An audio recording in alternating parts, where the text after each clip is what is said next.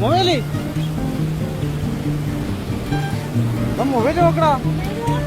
പോയി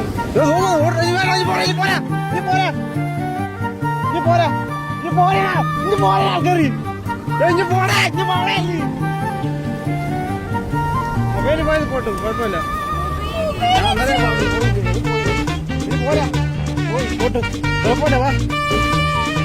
പോയി പോട്ട് നീ പോരാ ഞാൻ അന്നേരം പറഞ്ഞു